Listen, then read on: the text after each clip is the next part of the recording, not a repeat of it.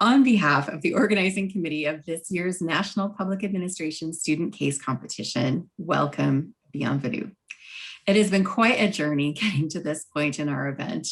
Moving the competition online has been a real challenge, but hopefully each and every one of you has had a positive experience with the competition and enjoyed working on this year's case on the future of long-term care in Canada. So as we all know, this is the 10th anniversary of our competition. From its humble but mighty beginning at the Johnson-SHOYAMA School of Public Policy in 2011, there appeared to be an appetite for showcasing our schools and creating a vehicle whereby our students and faculty can get to know each other through friendly competition. Each of our schools has a high quality program and curriculum. Your faculty members work hard to ensure that each of you are trained well in public policy and public administration to be the very best at what we each aspire to be, first-rate public servants or those working to support the public good. So this competition adds a different flavor to your regular studies. It provides you with a case study experience that is rooted in reality. This is a case playing out in real time, as each of you has figured out very well and shown in your very excellent presentations here today. Equally important, however, you have the opportunity and benefit of presenting before an esteemed panel of judges whose day jobs actually mean addressing some of the very issues you identified in your presentations. It's our hope that you derive some good experience presenting before a group of senior officials whose combined experience, not to date them too much, is over 150 years. So that is over 3, perhaps 4 lifetimes of experience bundled into one panel. And we are so indebted for their commitment to the competition and for taking a good part of their weekend working with all of us. So we have a number of thank yous to make, but our main aim for the evening reception is to recognize all of you as teams and your efforts to get to this competition and for all your hard work on your presentations and question and answer sessions. We know how much effort each of you has invested into preparing the case, working with each other and your coaches. So all of you must be very fatigued by now, but we hope it is a good kind of fatigue, a kind of fatigue that will in an odd way drive you in your careers to come. This is not simply a competition, but a learning opportunity that gives you a glimpse into what is yet to come. So let's get started this evening. There are several people who would like to speak to you or who would like to speak to you before we get to our results, and they bring a certain wisdom as well. So we begin our program tonight with Suzanne Patterson and Ashley Cabral from the Institute of Public Administration of Canada. IPAC has been our major partner since the very first competition, and we value its support greatly. IPAC's support in particular allows us to access the wide network of public officials, whether we need judges or practitioners for panels or providing content for our case studies. And they also provide translation for the case study, so we can provide this case study in French and in English. So Suzanne and Ashley, over to you. Oh, you're muted. There you go.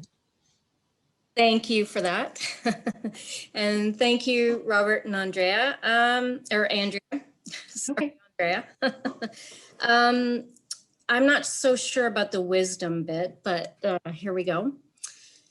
We're at the end of another grueling competition.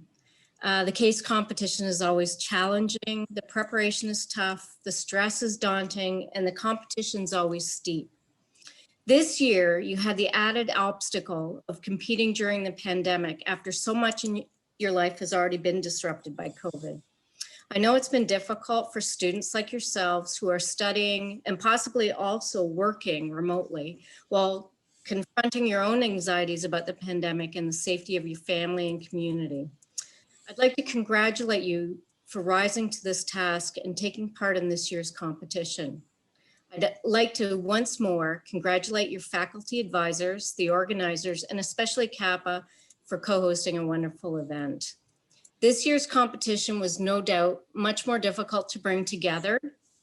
However, everyone succeeded in creating a fun and engaging atmosphere. When I spoke at the opening ceremonies, I mentioned how much I enjoy seeing the creativity, intelligence, and resourcefulness of participants on display throughout the case competition and how this reminds me that Canada's public service is in good hands. I definitely feel the same this year. I'm confident that you are all ready to meet the challenges of a life dedicated to public service. I want to reiterate my hope that you will always see IPAC as your professional home, and when needed, we can be there to support you through every stage of your journey. On that note, I want to turn the floor over to Ashley Cabral. Ashley is the co-chair of IPAC's Insight Committee, which represents our new public servants. Like you, Ashley is in the early stages of her public service journey.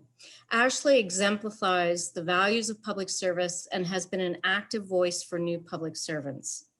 I'd like to turn the podium over now to Ashley to say a few words about IPAC and Insight. Thank you. Thank you, Suzanne. Hello, everyone. First off, I completely agree with you, Suzanne. The case competition is not easy at all. And I too participated in the competition back in 2016. And I know firsthand how much work, long hours, dedication goes into this. So a huge kudos goes out to you for participating. It's truly an amazing experience, and I hope you learned something today. And I also would like to congratulate, a huge congratulations, I should say, and a round of applause to all the students, teachers, and mentors for their hard work in preparing for the case competition.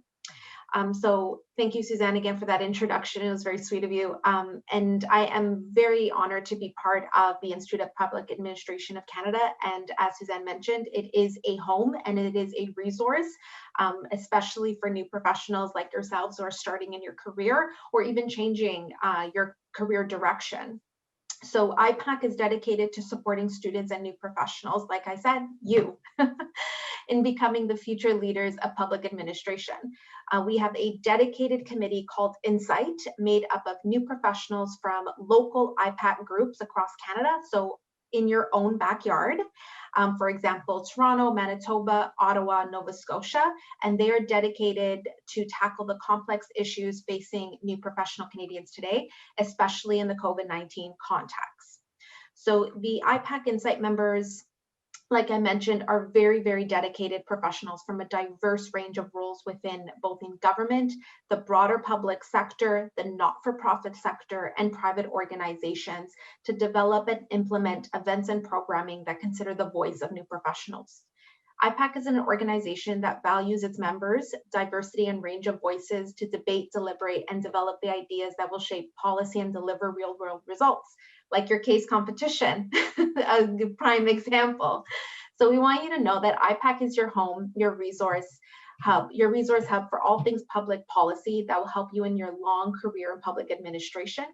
With that, I highly recommend you consider joining IPAC as a long-lasting member. All details on membership, the IPAC website, how to join the new professionals team will be available through the chat feature, and I'll plop those websites on there. So also you may connect with your local IPAC group to obtain more information about how you can become a volunteer or how you can participate in other ways. And I will also be placing that web link on our chat feature today as well. So I look forward to seeing each and every one of you virtually, hopefully in person next year, and maybe in future upcoming IPAC events. So thank you, and most importantly, welcome to the IPAC family.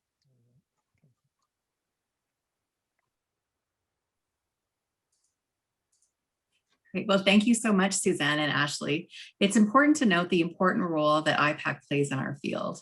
This is an organization that each of us really must become a member of and to support. As students, you have the distinct ability to join for free. You have a one-year membership as a CAPPA program student, and you can enjoy the many member benefits that support student learning. And we should also note that IPAC's case study program is an important tool that is used in many public policy and public administration schools in order to support and to supplement regular curriculum. So thank you.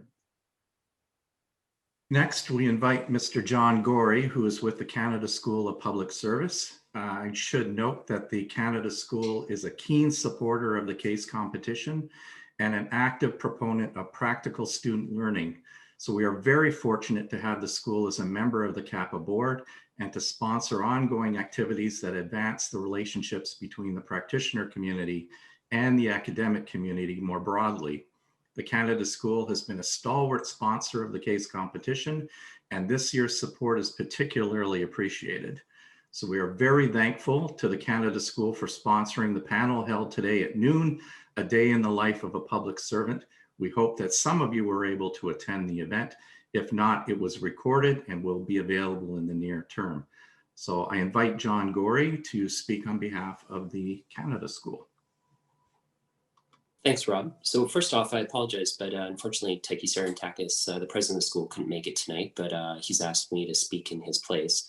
So I guess I'm John Gorey. I'm the Director General responsible for University Partnerships and Relations, and I manage the team at the school that's responsible. We lead a number of initiatives that have a goal of promoting more dialogue and discussion between federal public servants in particular, but also scholars and students in particular in public policy, public administration programs across the country.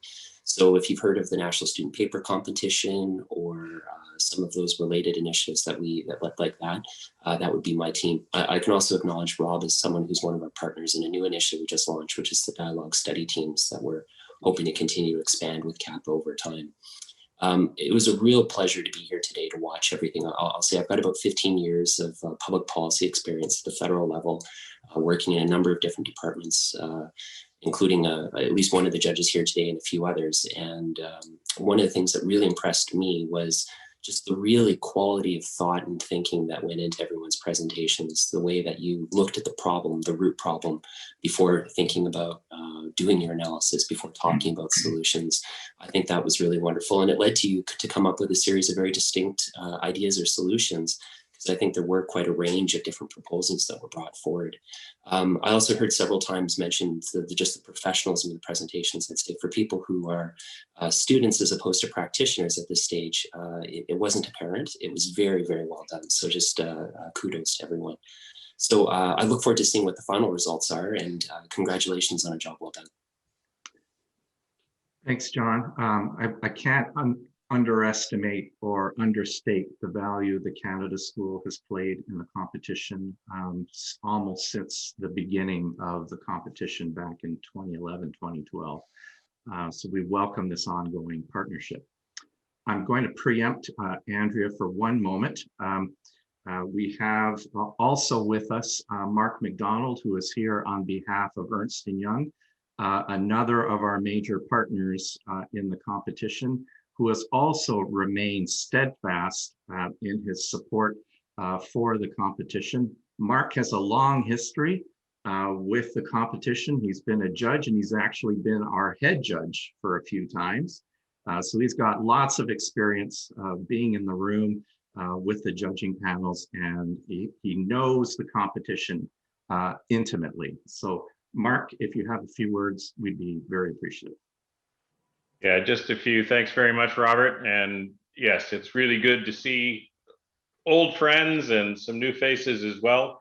This is truly one of the flagship events in the world of Canadian public policy and public administration. Certainly, you know, the students that we have seen come through over the years are massively impressive. The challenge, the fun, the camaraderie.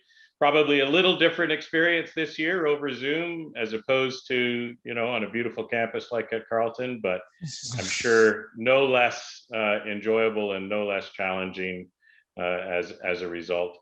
I see Jim getting ready. I can attest to the fact that the judging, while an awesome experience, almost always boils down to a very, very difficult choice. And I'm sure you faced the exact same thing.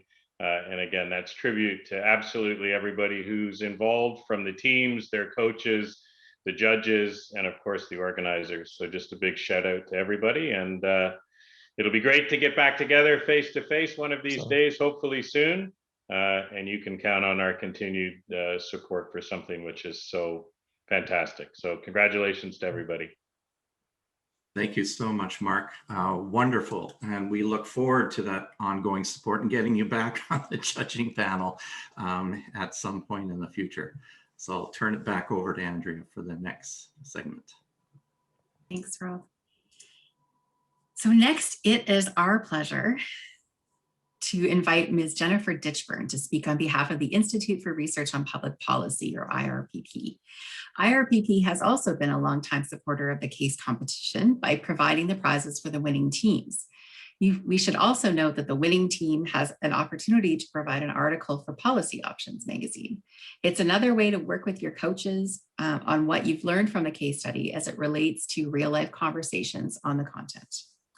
As representatives of the entire case competition, you will be able to speak for all of us on this important policy issue. We welcome Ms. Ditchburn to offer her own insights on the competition. Over to you, Jennifer. Thanks, Andrea. I was feeling a little bit nostalgic because, like Ashley, my first case competition was 5 years ago. And it was the first thing that I did in the job as editor-in-chief of the new editor-in-chief of Policy Options back then, which was to attend the case competition at the University of Ottawa. And so I'm looking at all these familiar faces and feeling a little bit sad that we're not all together, because if you haven't figured it out, it's a network and you should use your network, your policy community network as you go on in your career, because it's a powerful one and an awesome one, and there's amazing people in it. So I know at this point of the day, you just want to know who won. So I'm not going to go on for too long. But I thought it was really incredible that you had a case challenge on an issue that was unfolding in real time. The IRPP is currently working on long-term care as part of its research, and obviously legislatures and public services across Canada are very taken with this issue right now. So you had a great opportunity this year to know exactly what it feels like.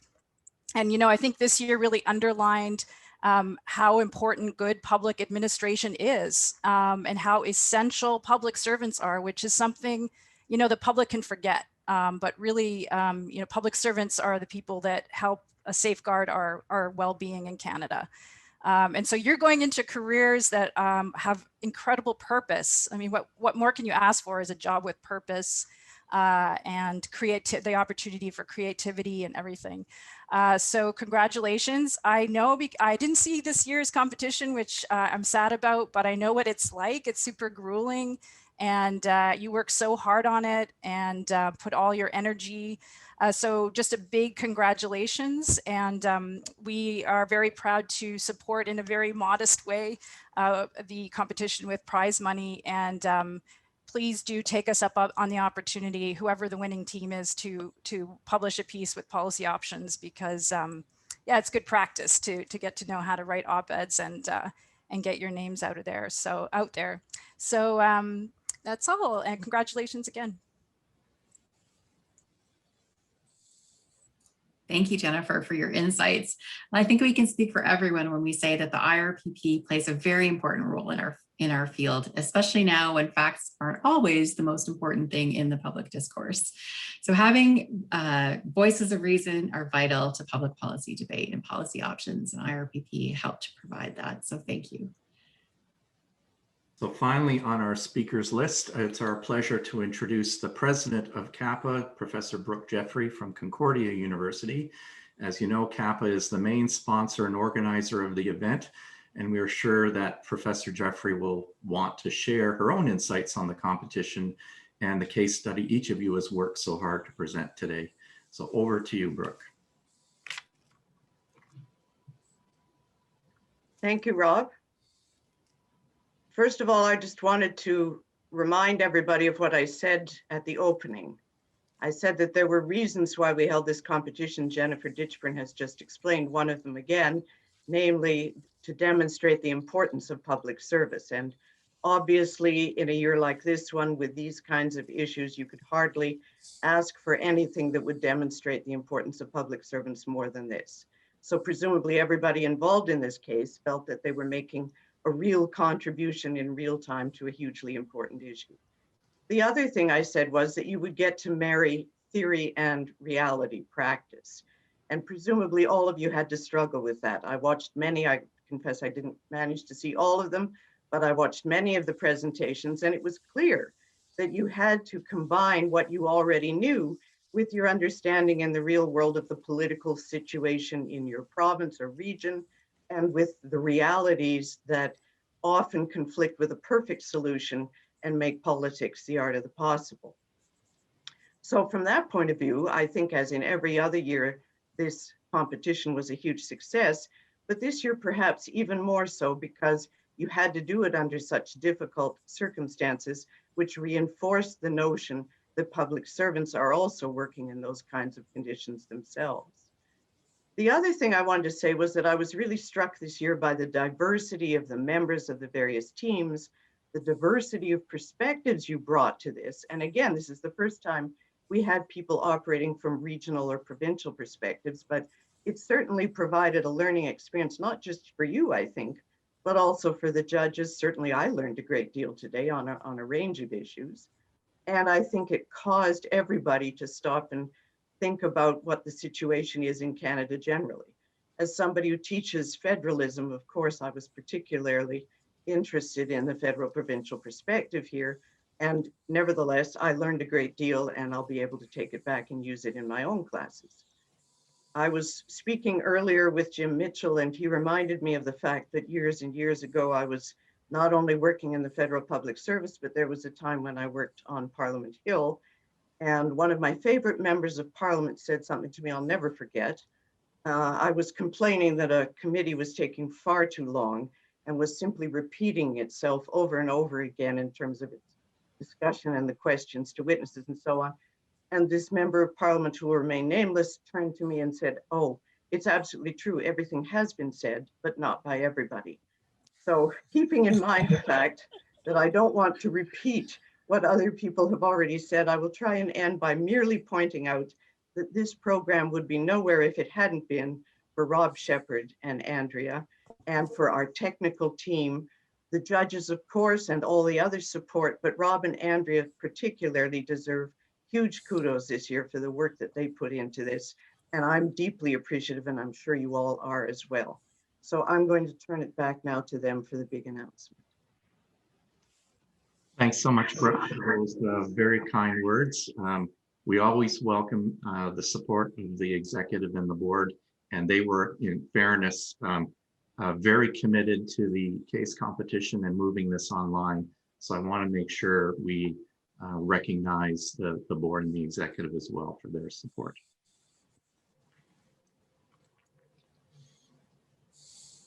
So we now move to we're getting closer. I promise we're getting closer. But now we move to the next part of our agenda for the closing reception. And this is the part where we hear from our head judge, Mr. Jim Mitchell.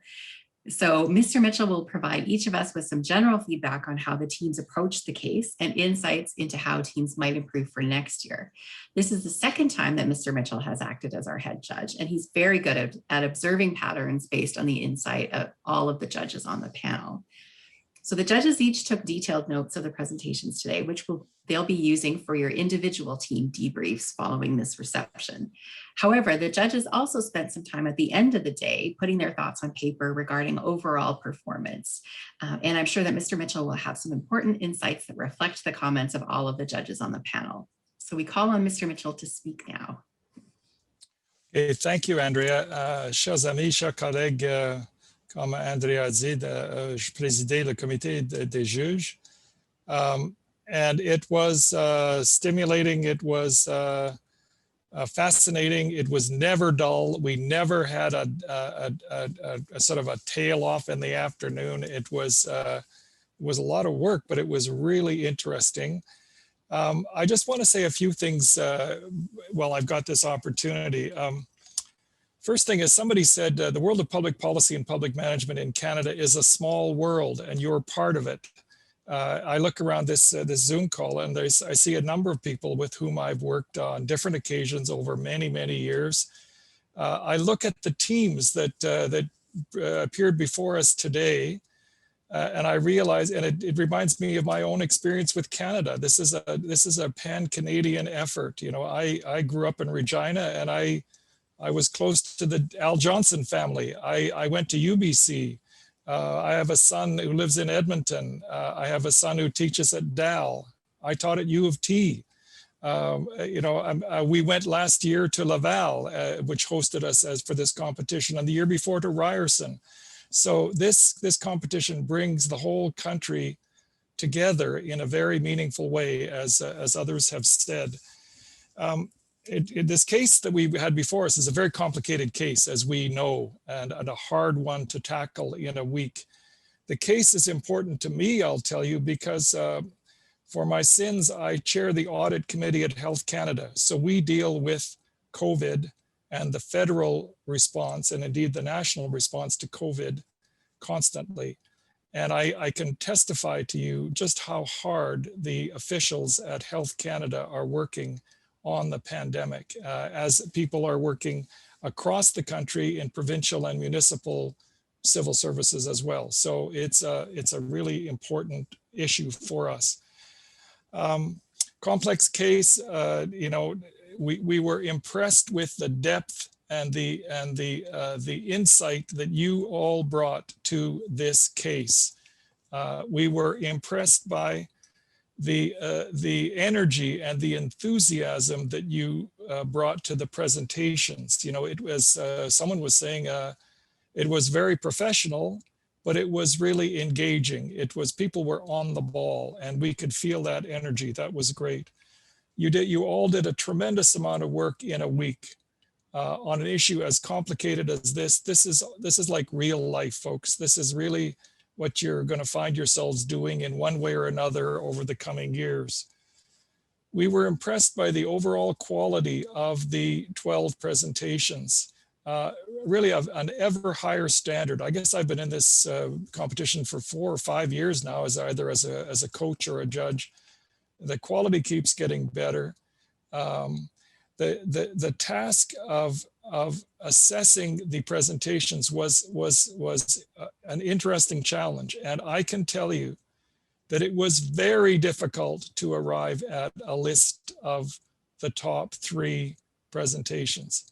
It was as difficult as I've ever known, and it was a photo finish, you might say. Like it was, we spent a long time trying to figure out exactly which team we thought was the best, or the second best, or the third best, and why. So I can just tell you, this was a hard competition to judge. We were impressed to see the way that you worked as teams. Every team was clearly a foursome that had a real synergy. In many cases, the coordination and the handoffs and the sort of teamwork was visible in the presentations. It was really something. Let me tell you what we were looking for in broad terms. I'm not going to comment on individual presentations, but in broad terms, we were looking to see whether you really understood the task you had been given in the case itself, and whether you were coming back to us as a panel of senior officials in your province to listen to what you had to tell us about what our minister, or indeed our premier, should do when they go to a national meeting in a few weeks' time. So we were interested, did they get the problem right? Did they get the challenge right, the task right? That was one thing we looked for. We looked for the quality of analysis that you did. You know, had they really thought through the problem and all the dimensions of it? Had you thought about the relationships with other provinces? Had you thought about the feds? Not because the feds are right, but just because, you know, you've got to deal with them, you've got to deal with the other provinces. We ask ourselves whether or not you had really thought through some meaningful options that would be credible and relevant in the province that we were sitting in. Okay, so we were in whatever it was, 7 provinces, and we were listed. We were looking for options that would speak to us as senior officials in that province. We did not have a preordained answer. We were not looking for a correct answer ever. And in fact, we got some very interesting ideas. You know, we got ideas we hadn't thought of before. That's for sure. So we appreciated the innovation. We appreciated the imagination. We appreciated in most cases, the quality of the presentations themselves. We listened carefully. There were, I guess, 6 of us. 5 or 6 of us, I think. We didn't have the same view. We weren't coming from the same place. You know, I'm a former federal public servant. There are a couple of, at least one other two current public servants from the federal government, one from another province, and three from the provinces, from Saskatchewan, from Quebec, and from Ontario. So I think we had a pretty broad perspective.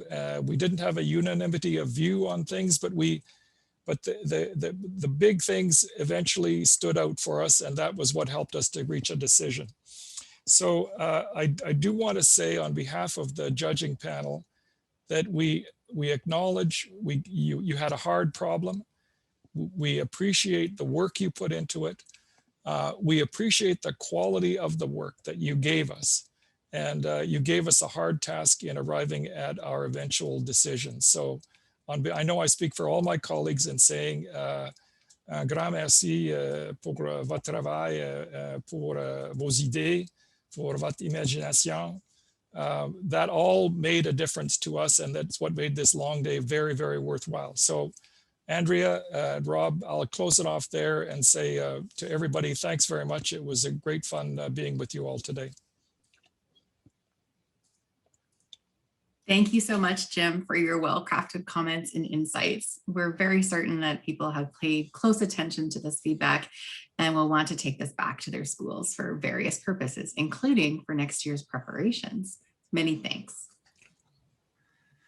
So, believe it or not, we are actually at that point in the agenda where we can begin to announce our winners for this year's case competition. So we are going to proceed from bronze to gold. And as Jim rightly said, we were both in the deliberations with the judges. So it was very difficult, but let's get on with it. So Andrea will announce the bronze winner.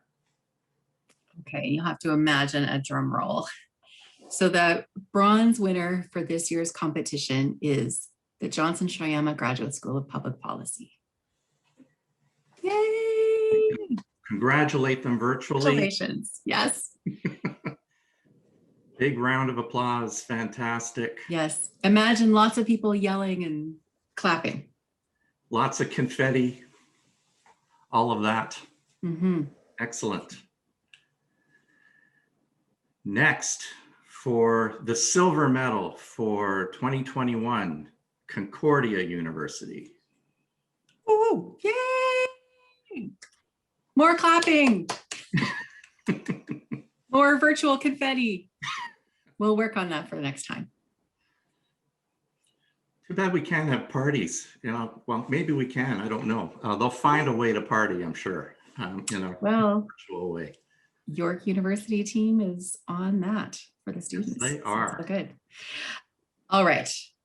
Last but not least, the gold winner for this year's competition is the University of Toronto. Congratulations. Again, lots of clapping, lots of celebrations. You can make lots of noise. Undo your microphone, have lots of noise. We can do this. Congratulations, everyone. Congratulations to all of the winning teams. Thank you. Thank you. Won the gold. I can hear someone, I think, from the University of Toronto. So please join us in congratulating all of the winning teams this year. This is really exciting. So we know that, yes, so congratulations, yay. Congratulations, everyone. So we know that there are inevitably teams that will be disappointed that they didn't place where they had hoped to.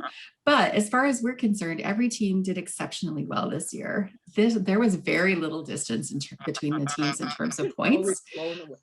And something that has been the case for the last few years, especially, but something that the judges really remarked on this year. So we salute our winning teams and we recognize all of the teams for your excellent performances today. Thank you. So if you will bear with us for just a few more minutes, we would like to take this opportunity at this point in the program for when we as a committee are able to provide thanks to the many people who made the competition possible. And we know that the speakers have already provided their thanks. However, there are still a few individuals that we would like to recognize. First and foremost, the competition would not be possible without the generosity of a number of organizations. This generosity is not simply in terms of funding, but in their ongoing commitment to the annual event. So let's be clear, events like this are not free. They take dedication, money, and effort. Our sponsors are a big part of that commitment. In particular, we recognize IPAC, Ernst & Young, IRPP, the Canada School of Public Service, Carleton School of Public Policy and Administration, and of course, CAPPA. We should recognize their contributions and be thankful they are willing to give their support and help to student learning in this way. Second, we would like to recognize our judging panel this year, who comprise Mr. Jim Mitchell as head judge, Ms. Susie McDonald from Treasurer Board Secretariat, Ms. Janine Reachout from NRCan, Ms. Raynell Wilson from the Saskatchewan Public Service Commission, Mr. Andre Fortier at Laval University, and finally, Mr. Steve Orsini. We cannot, and Pam, who we did not have on the list, but we are recognizing you as well, Pam. We cannot say enough about their commitment to student learning, their dedication to the case competition, and their generosity of time and spirit to carefully assess each and every presentation with fairness and with rigor. Their efforts aren't finished yet. We're not quite done for the evening, as we will see each of them at work again today after this session with our feedback discussions. As a way to thank each of our judges, CAPPA will be making a donation in their name to a charitable organization of their choosing. So again, a big thank you to each of our judges. Next, we are grateful for the expert work of Baseline Communications of Ottawa. Their team has provided the utmost of professional work, helping the organizing committee think through how to bring this competition into the online environment. We are especially appreciative of the efforts of Mr. Jim Huber, Mr. Dusty Langlois, and Chris Corvo. We hope that you will join us in thanking them for making this competition seamless and very professional. We know that we have a very reliable roadmap for future iterations of this competition, should they be online, largely due to their attention to detail. A big, big thank you from the organizing committee to you. Thank you, Rob. So next, we are deeply indebted to the support of Carleton University School of Public Policy and Administration for hosting this event online. We want to thank the school's director, Professor Graham Auld, for his unconditional support for this event and its in-kind contributions, which were significant. Without the school's support, it would not have been possible to coordinate all of various moving parts of this competition. So thank you. Next, we want to express our deepest thanks to Angelique Francis, who all of you have gotten to know as a central wheel of this competition with all the emails that have gone out. She provided her expertise supporting online events and brought her excellent experience in helping the committee work through the various aspects of hosting an event like this. She worked really tirelessly behind the scenes, coordinating several aspects of the competition, and was highly visible working with each of our university teams to ensure they were well prepared. Thank you, Angelique. I owe you a debt of gratitude, just me. I would echo that, Angelique. It has been, you have been an incredibly important part of this whole process, so thank you. Thank you very much, Andrea and Rob. It was my pleasure to working with everyone. So next, we want to recognize Ms. Molly McGuire, our researcher on this event. And Molly was instrumental in helping us to prepare this year's case study. Molly was also the person behind writing and assembling the competition program this year. Her work is invariably of high quality, and she saved the committee hours of work in putting together our main materials for the competition. So thank you, Molly. Next, we want to thank Professor Isabel Caron for coordinating and moderating our panel discussion today, A Day in the Life of a Public Servant. Professor Caron's professional approach to the panel was appreciated by everyone who attended. Thank you, Isabel, for taking the time out of your weekend to coordinate and moderate this panel discussion. We are deeply indebted to you for that. It was a pleasure. And just as a reminder, it will be available online. So if you weren't able to attend, you can still take part. So next, we would love to express our greatest gratitude to all of the coaches. So we are certain that each of you will wish to acknowledge their dedication and support of your efforts as teams. And we had many discussions over the course of the day about different coaching approaches, the good coach, bad coach, the all bad coaches, what that kind of support was going to look like. But what I can say for sure is, having talked to all of you, that the coaches were just a critical component of your participation, but also of your success. So the time that they dedicate is well over and above the call of duty, and we thank them for their passion to support student learning. We know that each of you will want to recognize your coaches in your own ways, but on behalf of the organizing committee, we acknowledge that, and we are very grateful to the coaches and to their exceptional service. So a very, very big thank you to all of the coaches. Big clap for the coaches. Right? Finally, and most importantly, we wish to acknowledge and thank all of you who are students in this competition. We know that you have given up your break to dedicate to this competition and preparing your case study. It is our sincere hope that you found this journey to be valuable and useful. This is not about winning and losing, but learning through an extraordinary learning experience. Thank you for your drive, commitment, stamina, and energy. We are all appreciative of your efforts, which we assure you will not go unnoticed. The judges have your presentations, and we know that your thoughts and efforts matter. Thank you very much to all of you.